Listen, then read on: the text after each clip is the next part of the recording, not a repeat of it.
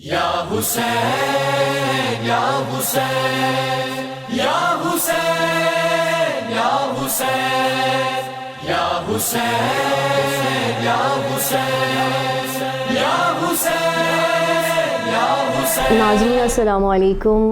عظم اللہ اجورنا اجورکم بمصائب امام حسین علیہ السلام. قائم ٹی وی کی جانب سے میں آپ کی ہوسٹ سیدہ امینہ فاطمہ زہرا اپنا پروگرام فلسفہ کربلا لے کے دوبارہ آپ کے سامنے حاضر ہوئی ہوں، جس میں آج موضوع ہے کہ جب یہ اسیروں کا قافلہ دربار کوفہ میں داخل ہوا. ہماری خار عزیز، ہماری ذاکرہ جو کہ ہمارے لیے بہت ہی عزیز تر ہیں، خار عروس فاطمہ رضوی. السلام علیکم خار. السلام. کیسی ہیں خار آپ؟ الحمدللہ. خار عزیز، آپ سے اپنے پروگرام کے شروع میں ایک سوال کروں گی کہ جو کہ جب یہ لٹا ہوا قافلہ یعنی یہ اسیروں کا قافلہ جب کوفہ پہنچا ہے تو اس وقت دربار کوفہ میں کیا حالات تھے؟ جی، اعوذ باللہ من الشیطان الرجیم. بسم اللہ الرحمن الرحیم. الحمدللہ رب العالمین. الصلاۃ والسلام علی اشرف الانبیاء والمرسلین ونبینا وحبیب قلوبنا وشفیع ذنوبنا وطبیب نفوسنا سیدنا و مولانا بالقاسم محمد صلی اللہ علیہ وسلم. اللہم صلی علی محمد و علی محمد. بہت بہت شکریہ آپ کا کہ آپ نے اس پروگرام میں مجھے مدعو کیا اور گفتگو کا موقع دیا. سب سے پہلے کہ ظاہر ہے آج ہمارا جو موضوع ہے وہ کوفہ اور لٹے ہوئے قافلے کا شہر کوفہ اور دربار میں داخلہ کہ ہمیں کیا روایتیں ملتی ہیں. جب ہم مقاتل کی کتابوں کی طرف جاتے ہیں قرآن عزیز تو ہمیں بہت سے واقعات نظر آتے ہیں کہ جہاں جو یہ لٹا ہوا قافلہ کہ جب کوفے میں داخل ہوتا ہے، جس طرح کہ ہم سب کے علم میں ہے کہ اس لٹے ہوئے قافلے کو 11 محرم کو کربلا سے کوفے کی طرف روانہ کیا گیا. اس حال میں داخل اس طرح سے روانہ کیا گیا کہ کچھ یہ لٹا ہوا قافلہ ہے، شہداء کے سر ہیں کہ جن کو صندوق میں بند کیا گیا ہے اور اس لٹے ہوئے قافلے کے ساتھ یہ ان کو کوفے کی طرف لے جایا جا رہا ہے. اس کوفے کی طرف کہ ابھی جب کوفہ کہتے ہیں کہ 2 منزل دور ہے، ایسے میں مصر سعد کی طرف سے اعلان کیا جاتا ہے کہ اس لٹے ہوئے قافلے کو بھی کوفہ شہر میں داخل نہ کیا جائے بلکہ اس کا پڑاؤ یہیں پہ ڈالا جائے. وجہ کیا تھی؟ وجہ یہ تھی کہ کہا گیا کہ ابھی کوفے کا بازار آراستہ نہیں ہوا، کوفے کا دربار ابھی آراستہ نہیں ہوا. یہ خود اپنی جگہ ایک بہت غمناک جملہ کہ جو میں نے آپ کے سامنے عرض کیا، وہ خاندان عصمت، وہ خانوادہ رسول خدا کہ جن کو اسیر بنا کے کوفے کی طرف لایا جا رہا ہے اور اہتمام کیا کیا جا رہا ہے کہ ان بازاروں کو سجایا جا رہا ہے، اس دربار کو سجایا جا رہا ہے کہ جہاں یہ لٹا ہوا قافلہ آنے والا ہے. کہتے ہیں کہ جب اس لٹے ہوئے قافلے کو ٹھہرایا گیا، سورج ڈوب چکا تھا، 2 منزل دور کوفہ ہے. ایسے میں ابن سعد نے، پسر سعد نے اپنے فوجیوں کو حکم دیا کہ یہاں پہ خیمے نصب کیے جائیں. تمام جو اس کے فوجی ہیں وہ خیموں میں فروکش ہوئے، آرام کر رہے ہیں. شاہی خان وہاں پر کھانے تیار کیے جا رہے ہیں، لیکن اس سے ہی تھوڑے فاصلے پر ایک لٹا ہوا ایسا قافلہ بھی موجود ہے کہ جس میں چند لٹی ہوئی بیویاں ہیں، کچھ یتیم بچے ہیں اور اس لٹے ہوئے قافلے کے سالار جناب سید سجاد علیہ السلام. کہتے ہیں کہ وہ کچھ ہی فاصلے پہ موجود وہ لٹا ہوا قافلہ کہ جو بھوک و پیاس کے عالم میں، جن کے بچے پیاس سے نڈھال ہیں، ان کو پانی نہیں دیا جاتا. اور جب صبح کا سورج نمودار ہوتا ہے تو اس لٹے ہوئے قافلے کو کوفے شہر میں داخلے کے لیے کہا جاتا ہے. کس طریقے سے داخل کیا جاتا ہے کہ آگے آگے نیزوں پہ سر ہیں. سب سے پہلا جو سر ہے وہ سید الشہداء امام حسین علیہ السلام کا ہے کہ جو نیزے پر روانہ کیا جاتا ہے، اور تمام شہداء کے سر ہیں. اور اعلان بھی کیا جاتا ہے کہ ہر بیوی کے ساتھ یہ اعلان کیا جاتا ہے کہ اس کے چاہنے والے کا سر ہو، جیسے کہ کتابوں میں لکھا ہوا ہم نے پڑھا ہے، روایتوں میں موجود ہے. جناب زینب کی سواری کے ساتھ ساتھ سید الشہداء امام حسین علیہ السلام کا سر نیزے پہ بلند ہے. اسی طرح بعض تواریخ میں ہمیں ملتا ہے کہ جناب ام لیلہ کہ جو جناب علی اکبر کی والدہ گرامی، ان کے ساتھ جناب علی اکبر کا سر ہے. اسی طرح والدہ گرامی جناب قاسم ابن حسن علیہ السلام کے سواری کے ساتھ جناب قاسم کا کٹا ہوا سر ہے۔ آپ دیکھیے کہ وہاں ظلم کی انتہا ہے، ایک تو ظلم کیا گیا، قتل کیا گیا، سروں کو کاٹا گیا، اس کے باوجود بھی ان ظالموں کو چین نہیں آتا ہے۔ کس طرح سے یہ مصائب کا سامنا جو لٹا ہوا قافلہ کرتا ہو، کہتے ہیں جیسے ہی یہ شہر کے اندر لٹا ہوا قافلہ داخل ہوتا ہے، لوگوں نے شور مچانا شروع کر دیا، لوگوں نے ایک دوسرے کو مبارکباد دینا شروع کیا، کس حوالے سے کہ یہ وہ باغی ہے کہ جس نے حکومت وقت کے خلاف قیام کیا۔ بس کہتے ہیں کہ جیسے یہ داخل ہوا ہے، یقیناً اس مقام پہ میرا دل کہہ رہا ہے جناب زینب صلوات اللہ علیہ کو اپنے بابا کا وہ دور یاد آیا ہوگا کہ جب کوفے میں آپ کے بابا خلیفہ مسلمین تھے اور آپ وہاں پر شہزادی کے طریقے سے رہا کرتی تھیں۔ اسی کوفے کی خواتین تھی کہ جو آپ سے قرآن کا درس لیا کرتی تھی، تفسیر کا درس لیا کرتی ہیں۔ آج کوفے میں کس حال میں وہ شہزادی داخل ہو رہی ہے کہ سر پہ چادر نہیں ہے، بے کجاوا اونٹ ہیں، اماریاں ہیں، چند یتیم بچے ہیں اور ایک سالار کے جس کے ہاتھوں میں ہتھکڑی ہے، پاؤں میں بیڑی ہے اور گلے میں خاردار توق ہے۔ تصور کرنا محال ہے، میرا کہنا بہت آسان ہے، آپ کا سننا بہت آسان ہے، لیکن ذرا ایک مرتبہ دل پر ہاتھ رکھ کے سوچئے کہ اس عالم میں جب یہ قافلہ داخل ہے کوفہ ہو رہا ہے، اس وقت پتھر بھی برسائے جا رہے ہیں، اس وقت ایک اجتماع ہے، وہ بیویاں کہ جن کے پردوں کا کتنا اہتمام تھا، وہ بیوی جناب زینب کے اگر وہ نانا رسول خدا کی قبر مبارک کی زیارت کے لیے تشریف لے جاتی تھی تو مولا کائنات آگے ہوتے تھے، دائیں بائیں امام حسن حسین علیہ السلام اور پیچھے غازی عباس علمدار، اور اس طریقے سے روضہ رسول پر آپ کی حاضری ہوتی تھی، جیسے ہی پہنچتی تھی وہاں مولا کائنات اس چراغ کو گل کر دیتے تھے کہ جو قبر رسول خدا پہ روشن ہوتا تھا۔ لوگوں نے پوچھا کہ آپ اس چراغ کو کیوں گل کرتے ہیں؟ فرمایا اس لیے کہ میں نہیں چاہتا کہ کسی نامحرم کی نگاہ میری بیٹی زینب کے قد و کاٹ پہ پڑے۔ آج وہی زینب کربلا کوفے میں اس طرح سے لائی جا رہی ہیں کہ تماش بین ہیں، لوگ شور مچا رہے ہیں۔ ایسے میں کہتے ہیں کہ ایک خاتون کے جو چھت سے دیکھ رہی تھی، اس نے ایک سوال کیا، اے لٹے ہوئے قافلے کی بیویوں تم لوگ ہو کون؟ جناب زینب نے جواب دیا، اے خاتون ہم آل رسول ہیں، ہم خانوادہ رسول خدا۔ اتنا سننا تھا، وہ بیوی کہتی ہے اتر کر آئی اور جتنی اس کے پاس چادریں موجود تھیں اس لٹے ہوئے قافلے کی خواتین کو اس نے چادریں اڑائیں، اور تاریخ میں یہ بھی ملتا ہے کہ ایک مرتبہ کا واقعہ نہیں بلکہ 9 مرتبہ ان بیویوں کو چادریں اڑائی گئیں اور 9 مرتبہ یہ چادریں چھین لی گئیں۔ بہرحال جب یہ داخلے کوفہ ہوتے ہیں، وہاں پر جب جناب سید سجاد داخل ہوتے ہیں اور اپنا تعارف کرواتے ہیں کہ ہم آل رسول ہیں، تو وہاں کہتے ہیں کچھ لوگ ایسے ہیں کہ جو بلند آواز سے گریہ شروع کر دیتے ہیں، رونا شروع کر دیتے ہیں۔ اس وقت امام زین العابدین علیہ السلام فرماتے ہیں کہ آج یہ تمہارا رونا کس کام کا ہے؟ آج تم نے ہی ہمیں قتل کیا اور تم ہی ہمارے اوپر گریہ کر رہے ہو۔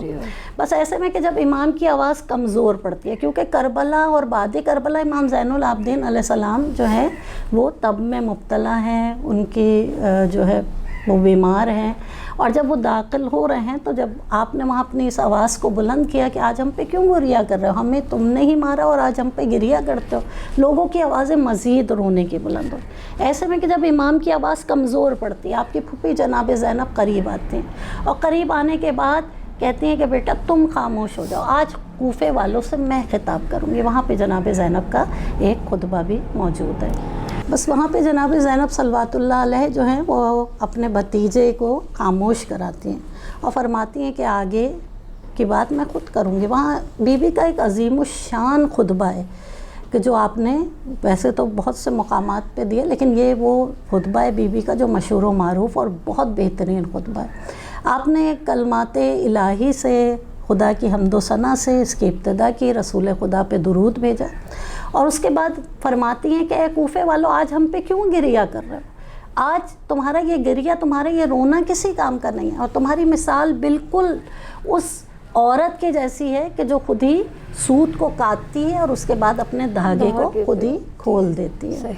تو بس جناب زینب نے اس وقت کوفے والوں سے خطاب کیا۔ اور ایک بہت بڑی میں یہاں پہ ایک چیز اور بیان کرنا چاہوں گی کہ جناب زینب کے جو عالمہ غیر معلمہ کہ جن کو چوتھے امام نے اپنی پھوپھی کو یہ لقب دیا، جس کو کوئی امام معصوم کوئی لقب دے دے تو ذرا آپ اس کی فضیلت کا اندازہ لگائیے۔ وہ بی بی جو عالمہ غیر معلمہ ہے، وہ بی بی اتنی عصمت کے درجے پہ فائز ہے کہ جب وہاں پہ کوفہ میں کہ جب کسی کی اتنا شور تھا، آواز سنائی نہیں دے رہی تھی، وہاں جناب زینب کا یہ معجزہ کہ جب آپ وہاں پہ بآواز بلند یہ صدا بلند کرتی ہیں کہ میں کہتی ہوں خاموش ہو جاؤ، وہاں لوگ شور مچا رہے ہیں، جانوروں کے گلے میں پڑی ہوئی گھنٹیاں جو ہیں وہ بج رہی ہیں. ایسے میں ایک مرتبہ جناب زینب بالکل لہجہ علی ابن ابی طالب علیہ السلام اپنے بابا کے لہجے کو اپناتے ہوئے فرماتی ہیں میں کہتی ہوں خاموش ہو جاؤ. اور ان کی اس آواز کا آپ کے دہن مبارک سے نکلنا تھا کہ کہتے ہیں لوگوں پر ایک سکوت کی کیفیت طاری ہو گئی اور جانوروں کے گلے میں پڑی ہوئی گھنٹیاں بھی خاموش ہو گئی. وہاں پہ جناب زینب نے پھر خطبہ دیا اور جناب زینب نے کوفے والوں سے فرمایا کہ اب تمہارا یہ رونا کسی کام کا نہیں، تمہاری آنکھوں سے یہ آنسو بہانا بالکل بے وجہ اور بیکار ہے. بی بی فرماتی ہیں کہ آج تمہاری آنکھوں میں یہ جو آنسو ہیں یہ کبھی خشک نہ ہو، تمہاری آنکھوں سے اسی طرح آنسو بہتے رہیں، کیونکہ تم نے ہمارے ساتھ دغا کیا، تم ہی لوگوں کے جو اس قتل میں شامل ہو. اور پھر وہاں پہ ایک وسیع خطبہ ہے کہ جو شہزادی نے بیان کیا ہے. ناظرین میں یہاں ایک چھوٹے سے بریک پر جانا چاہوں گی. ہم ملتے ہیں ایک چھوٹے سے بریک کے بعد. ہمارے ساتھ رہیے گا، دیکھتے رہیے گا قائم ٹی وی.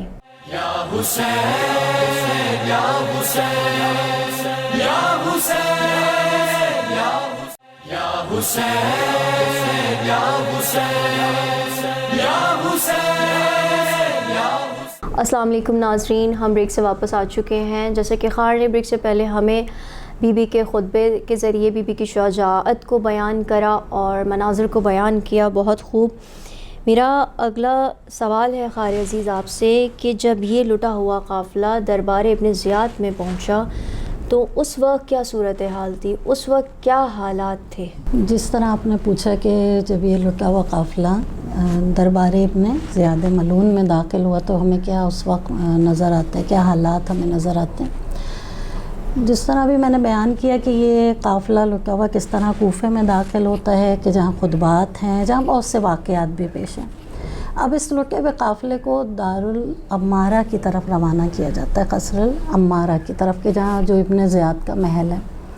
ابن زیاد ملعون اس حال میں دربار میں موجود ہے کہ تخت پر بیٹھا ہوا ہے، سامنے سر حسین یعنی سر سید الشہداء علیہ السلام موجود ہے، اور وہاں بار بار ایک چھڑی کے ذریعے بے ادبی کرتا ہے، امام علیہ السلام کے دندان مبارک پر چھڑی مارتا ہے. ایسے میں ایک صحابی رسول کہ جو اس دربار میں موجود ہے کہ جن کا نام ہے زید بن ارقم، آپ نے جیسے اس بے ادبی کا ملاحظہ کیا فوراً ابن زیاد سے کہا کہ ابن زیاد یہ کیا غضب کرتا ہے، میں نے خود رسول خدا حضرت محمد مصطفیٰ صلی اللہ علیہ وسلم کو ان ہونٹوں کو، ان لبوں کو چومتے ہوئے دیکھا ہے، اور آج تو ان کے ساتھ بے ادبی کر رہا ہے. بس ایسے میں یہ لٹا ہوا قافلہ جب داخل دربار ہوا، سر حسین سامنے موجود ہے. ذرا سوچئے گا کہ پیاروں کے سر سامنے موجود ہوں اور اس طرح سے دربار میں داخل کیے گئے کہ ہاتھ پس سے پش بندھے ہوئے ہوں، سروں پر چادریں نہ ہوں اور غلاموں کسی حالت ہو. اس دربار میں جب یہ داخل ہوئے بیویاں ایک کونے میں موجود ہیں، جناب زینب بنت علی کے دربار کے ایک کونے موجود ہیں، کنیزوں نے آپ کو گھیرا ہوا ہے. ایسے میں ابن زیاد ملعون سوال کرتا ہے یہ بیوی کون ہے کہ جن کو چند بیویوں نے اپنے گھیرے میں لیا ہوا ہے. کوئی جواب نہیں. ایک مرتبہ، دو مرتبہ، تیسری مرتبہ جب اس نے پوچھا تو کسی نے کہا یہ زینب بنت علی ہے. بس اتنا سننا تھا. بہت غضب کے مصائب ہیں، بہت بڑا درد کا وہ منظر جو کتابوں میں لکھا گیا نظر آتا ہے کہ اس وقت جب جناب زینب کا نام بھرے دربار میں جب لیا گیا، کس طرح جناب زینب نے اس وقت برداشت کیا ہوگا. یقیناً میں کہتی ہوں کہ اس وقت جناب زینب نے اپنے بھائی عباس علمدار کو یاد کیا ہوگا اور ایک مرتبہ کہا ہوگا کہ عباس ہے میرے پردے کے محافظ، عباس آج یہ بہن کس حال میں دربار میں موجود ہے. بس کہتے ہیں کہ ایک مرتبہ جب اس ملعون نے یہ سنا یہ کون ہے، یہ علی کی بیٹی ہے، یہ زینب بنت فاطمہ ہے.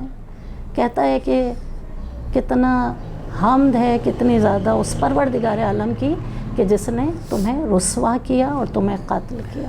یہ جملے بہت دردناک تھے. اتنا سننا تھا. جناب زینب نے فرمایا حمد ہے اس خدا کی کہ جس نے اپنے نبی، اپنے رسول کے ذریعے ہمیں مکرم کیا، ہمیں عزت بخشی. حمد ہے اس خدا کی، وہاں پہ آپ نے اس آیت کو بھی کوٹ کیا کہ جس میں فرمایا کہ ہم وہ خاندان ہیں کہ جس سے خدا نے ہر قسم کے رزق کو، ہر قسم کی کثافت کو دور کر دیا اور ایسا پاکیزہ کر دیا کہ جیسا پاکیزہ رکھنے کا حق ہے۔ جب جناب زینب نے یہ جواب دیا، ملعون برداشت نہیں کر سکا۔ ذرا سوچیے اس وقت کا منظر کہ جو ایک اس وقت شجاعت جناب زینب صلوات اللہ علیہ کہ وہ کہ جہاں چاروں طرف درباری موجود ہوں، وہ جگہ کہ جہاں پر تلواریں موجود ہوں، اس مقام پر اگر کوئی مرد بھی ہو تو ان حالات میں گھبرا جائے، لیکن یہ جناب زینب بنت علی کہ اس وقت میں بھی آپ نے وہاں اس کو للکارا ہے ابن زیاد کو، اور جب ابن زیاد کو آپ نے للکارا، اس وقت میں ابن زیاد نے حکم دیا کہ ان قیدیوں کو لے جایا جائے اور قید خانے میں ڈال دیا جائے۔ وہ قید خانہ کہ جہاں پہ کہتے ہیں 2 دن یہ لوگ کوفے میں اس قید خانے میں وہاں پہ رہیں، اور بہت سے واقعات بھی وہاں پر پیش آئے ہیں۔ جس طرح کے واقعہ بھی میں نے زید بن ارقم کا بھی آپ کے سامنے بیان کیا، ایک اور واقعہ وہاں پر پیش آتا ہے کہ ایک صحابی ہیں کہ جو وہاں پر موجود ہیں کہ جن کا نام ہے عبداللہ ابن عفیف۔ خیر عزیز، میں آپ سے یہ عبداللہ ابن عفیف سے منسلک جو واقعہ وہاں پر پیش آیا ہے وہ آپ سے جاننا چاہوں گی، اور ہمارے ناظرین بھی اس واقعے کو جاننے کے لیے منتظر ہوں گے کہ جہاں آپ نے بہت بہترین طریقے سے ہمیں بی بی کے خطبات اور بی بی کی شجاعت کو بیان کیا، آپ ہمیں اس واقعے کو بھی بیان کیجیے۔ جی، یہ مشہور و معروف واقعہ کہ ظاہر ہے کہ میں آپ کے سامنے بیان کروں اور کرنا بھی چاہیے۔ جناب عبداللہ ابن عفیف وہ صحابی امیر المومنین علیہ السلام کہ جو جنگ جمل میں بھی آپ کے ساتھ ہیں اور جنگ صفین میں بھی مولا کائنات کے ساتھ موجود ہیں۔ ایک آنکھ جنگ جمل میں آپ کی ضائع ہوئی اور ایک آنکھ مولا کائنات کے ساتھ جنگ کی ہمراہی میں آپ کی ایک آنکھ جنگ جمل میں اور ایک جنگ صفین میں جو ہے وہ کہتے ہیں کہ شہید ہوئی۔ اس وقت میں آپ نابینا ہیں، آپ کو دکھائی نہیں دیتا، لیکن جب آواز بلند ہوئی جناب زینب کی تو جناب عبداللہ ابن عفیف نے یہ کہا یہ کون ہے؟ مجھے لہجہ علی کی خوشبو آ رہی ہے۔ اس وقت کہا گیا کہ علی کی بیٹی زینب بنت علی ہیں۔ یہ اتنا سننا تھا کہ جناب عبداللہ ابن عفیف نے کہ جو نابینا ہو چکے تھے، جن کی دونوں آنکھیں ضائع ہو چکی تھیں، آواز بلند کی، اے ابن مرجانہ، اے ابن زیاد، کیا وجہ ہے کہ آج تو رسول زادیوں کو اس طرح دربار میں لے کر آیا ہے اور ان کو قیدیوں کی طرح تو نے کھڑا کیا ہوا؟ اس وقت ابن زیاد نے کہا کہ تم کون ہوتے ہو، اور وہاں پہ اس نے اپنے ظلم کو چھپانے کے لیے، اپنی اس ظلم کو اور اس آواز کو دبانے کے لیے ایک مرتبہ عبداللہ ابن عفیف کی گرفتاری کا حکم دیا۔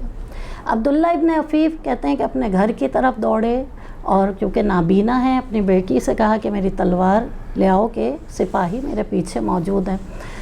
اتنے میں ان کے گھر میں کہتے ہیں کہ کچھ ابن زیاد کے سپاہی داخل ہوتے ہیں اور جناب عبداللہ ابن عفیف باوجود کہ نابینا ہے اپنی بیٹی سے کہتے ہیں کہ مجھے بتاتے جاؤ کہ دشمن کس طرف موجود ہیں، اور آپ حملہ کرتے ہیں۔ کہتے ہیں کہ یہ ایک کو واصل جہنم کیا، بالآخر گھیرے میں آئے، اور آخری الفاظ اب دیکھیں یہاں سے ہمیں سبق ملتا ہے۔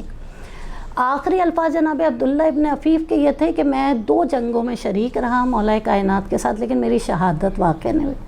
میرے دل کی دعا تھی کہ خدا مجھے شہادت کی موت نصیب کرے، اور آج خدا نے میری اس خواہش کو پورا کیا اور مجھے شہادت کی موت ہے، وہاں ان کی جو ہے ان کو شہید کر دیا جاتا ہے۔ بہت خوب وقار عزیز، ہم اپنے پروگرام کا یہیں اختتام کرتے ہیں۔ میں مشکور و متشکر ہوں اپنی خواہر کے کہ جو ہمیں بہترین تعلیمات اہل بیت سے نواز رہی ہیں اور ہمارے پروگرامز میں شرکت کر رہی ہیں۔ یقیناً اپنی تمام مصروفیات کے باوجود یہ ہمارے پروگرامز کو انجام دے رہی ہیں۔ خدا ان کی توفیقات میں اضافہ فرمائے، اور یہ جو دین کی تبلیغات کے کام کر رہی ہیں اس میں بھی ان کو آگے بڑھائے۔ بس میں اپنے پروگرام کا یہیں اختتام کروں گی اور اپنے ناظرین سے اس بات کی ہمیشہ کی طرح منتظر رہوں گی آج بھی کہ آپ ہمیں اپنے فیڈ بیک سے آگاہ کرتے رہیں اور اسی طرح ہمارے چینل کو دیکھتے رہیں۔ یا حسین یا حسین یا حسین یا حسین یا حسین یا حسین یا حسین یا حسین